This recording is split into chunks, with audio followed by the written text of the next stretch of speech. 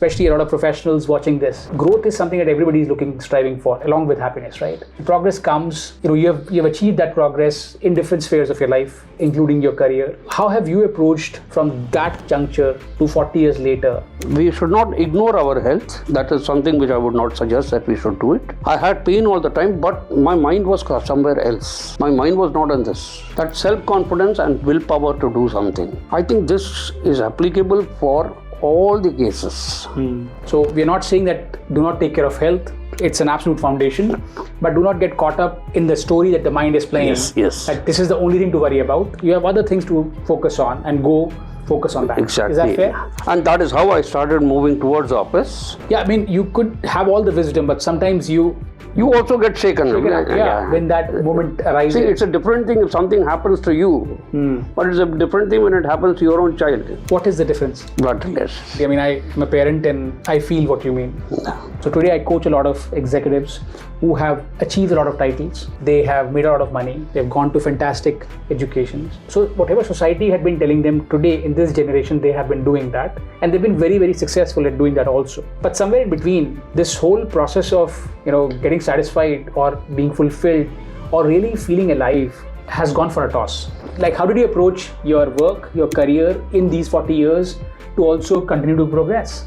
See, I never stopped myself from doing anything. I never had even a second thought saying, oh, I have this problem, so I cannot do that. No, I never did it. And what were you doing during these years that made you continuously move up the ranks? See, the success, I believed strongly in one thing, that success of your life doesn't depend on your designation. Okay. So you had the freedom? I had absolute freedom in my work. I never asked any questions. In fact, our jobs were all very risky. I was responsible for getting the orders for BHEL. And one job loss means we lose about 8 to 10,000 crores. 8 to 10,000 crores. And not only that, we lose. In this video, I'm in conversation with Mr. S. Gopalakrishnan, who is the former Executive Director of BHEL. And I became very curious to learn his journey.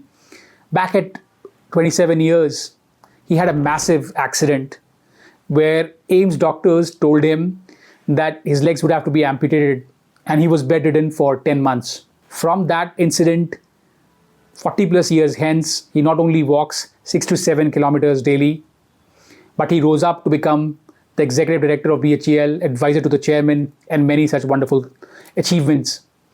Most importantly, I was very curious to hear his perspective on how he has progressed his career and work for professionals like yourself, and also how he has integrated mind and health in this journey, where he has successfully and beautifully progressed.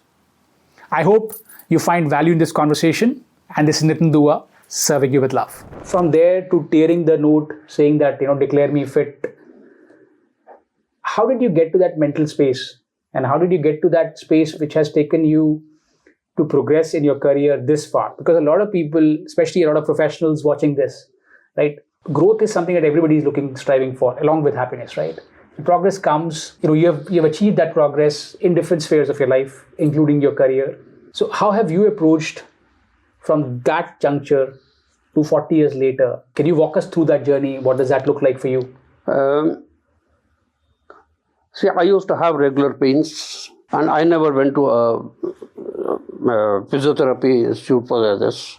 It was only my wife who did all my massage. Because she had learned that massage from on the institute. And she used to pep me a lot, saying that, no, as I told you, never talk about the pain at home. Never talk about the sickness at home. Keep continuing, you will walk. That one determination, mental determination which I had, and a strong willpower. Unfortunately or fortunately, I have a strong willpower. I don't get worried or carried away by any of these problems in life. Problems do come, it happens, it goes. Yeah. It's only that's all. I used to have my medicines regularly. I never used to skip my medicines. We should not ignore our health. That is something which I would not suggest that we should do it. But at the same time, don't overtly concentrate. Especially, I had a problem at a time when I was only 27 years old. I had my whole life ahead of me. Yeah. So I had to do something and take a determined effort. just to overcome these problems. So I started concentrating basically more on the job. Okay. And as I said, thanks to my seniors who helped me get over these problems. I had pain all the time, but my mind was somewhere else. Yeah. My mind was not on this. They did ask me, can you go on tour? I said, yes, I will go on tour. Nothing will happen. That self-confidence and willpower to do something. I think this is applicable for all the cases. So anything small, if you want to make it big, you will permanently... in fact, I'll tell you one more small incident. I'll not like to quote the name of the doctor. Sure. 5 years back, my son had COVID. Okay. COVID was a time when there was no hospitals available. I mean, no beds available in the hospital. This happened. 2020 contracted. Yeah. COVID. Yeah. And he contracted COVID.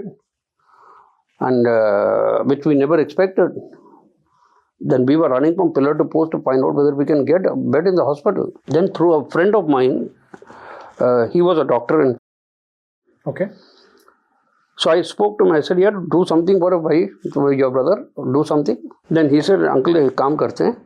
I'll make the head of the department of pulmonology to speak to you. And if he is able to guide you, he will guide you. Or at least he will arrange a bed for you. I said, okay. Then the doctor spoke to me. Then I told him what are all the symptoms, what is everything. And he said, uncle, why are you worried about it? Don't get carried away by what is being spoken. And if you start looking for a bed for your son for all these things, then your son will be permanently in the hospital only. So that gave me the issue is that the way he spoke to me, that gave me a lot of confidence, saying that yes, that means there's nothing to get scared of. So this is indirectly what some of the doctors also say, saying that okay, be careful, don't ignore, but at the same time, don't emphasize on that problem. I think what you mean is when you contract a problem, don't get too carried away. Exactly. Sitting, getting... not moving yourself and just thinking altogether only that. Yeah. Instead, keep moving. Keep moving. Right? That's the most important part, right? That is what I would like to... This is my experience about it. So I get that now. I think it's more clearer even to me what you mean. So we're not saying that do not take care of health. It's an absolute foundation. But do not get caught up in the story that the mind is playing. Yes. That this is the only thing to worry about. You have other things to focus on and focus on that. Exactly. Is that fair? And that is how I started moving towards office. And I was very regular in office. Yeah.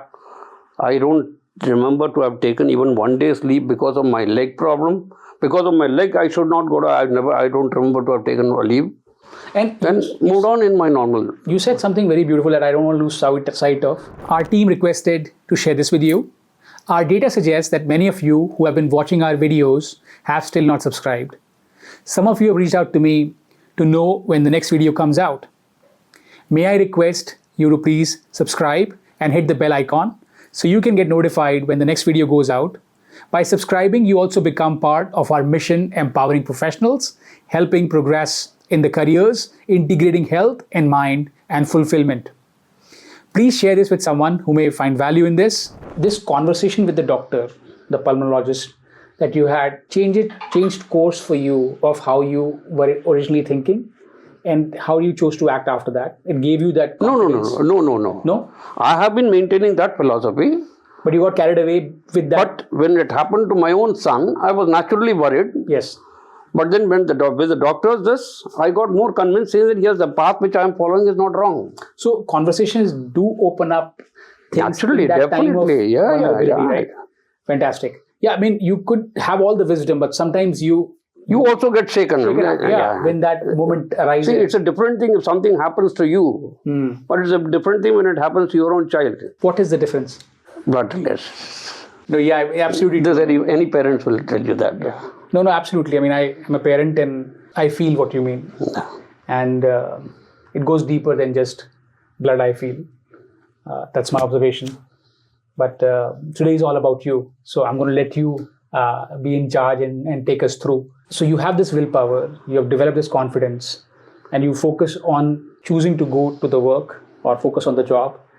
What else you do Because a lot of people want to aspire to get to that executive director or maybe start something of their own, but most importantly, progress, right? And you maintain that streak not just for a year, 2 years, but 40 plus years. So how do you then, how did you approach your work, your career in these 40 years to also continue to progress? See, I never stopped myself from doing anything. I never had even a second thought saying, oh, I have this problem, so I cannot do that. No, I never did it.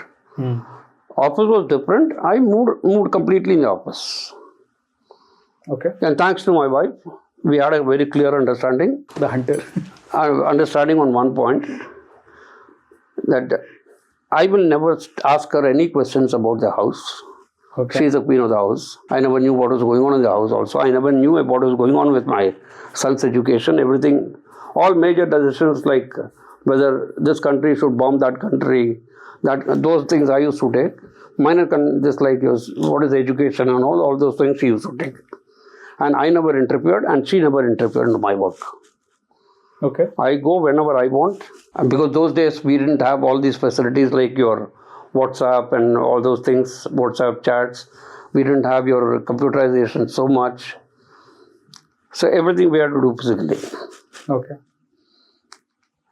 So there was no question. I was to come back very late. But she tolerated me. Then office, it's a normal moment that you have in the office.